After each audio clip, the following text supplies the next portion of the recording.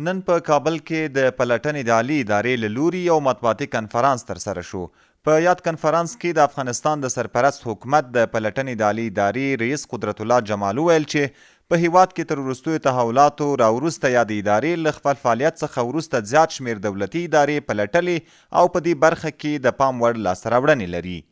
د پلټنې عالي اداره د هیواد په کچه د پلټنو یو لوی بنسټ دی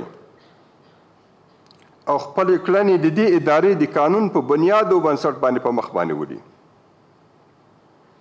دا یوازینۍ لوی اداره ده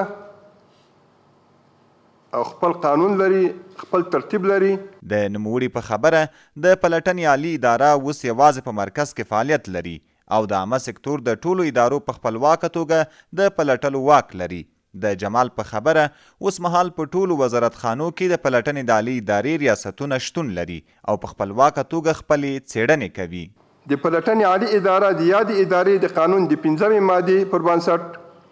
د عامه سکتور د ټولو ادارو د پلټنو واک لري او د خپلو پلټنو د پایلو راپور د مشرتابه عالي مقام ته وړاندې کوي. د دې ادارې مالي مرستیال نجیب الرحمن رحماني وویل چې د پلټنې عالي اداره په پام کې لري خپلو ټولو کارکوونکو ته مسلکي زده کړې ورکړي. د نوموړي په خبره اوس مهال 950 دولتي ادارې تر پلټنې لاندې دي او په نږدې راتلونکي کې به یې پایلې له رسنیو سره شریکې کړي.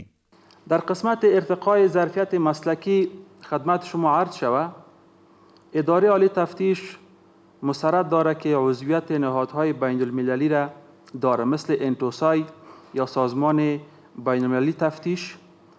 یا به نام International Organization for Supreme Audit Institutions و همچنین ایسوسای یا Asian Organization for Supreme Audit Institutions که با استفاده در هماهنگی با همکاری از این ادارات اداره عالی تفتیش انستیتوت تفتیش ایجاد کرده که این انستیتوت ملبس با تمامی معیارات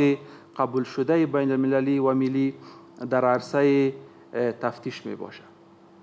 اما افغانانو هم د پلټنې ادارې له دې کار څخه هرکلی کړی او زیاته کړې چې په اوسنیو شرایطو کې د یادې ادارې شتون حتمي دی او هیله یې دا ده چې په خپلواکه توګه خپلو فعالیتونو ته دوام ورکړي.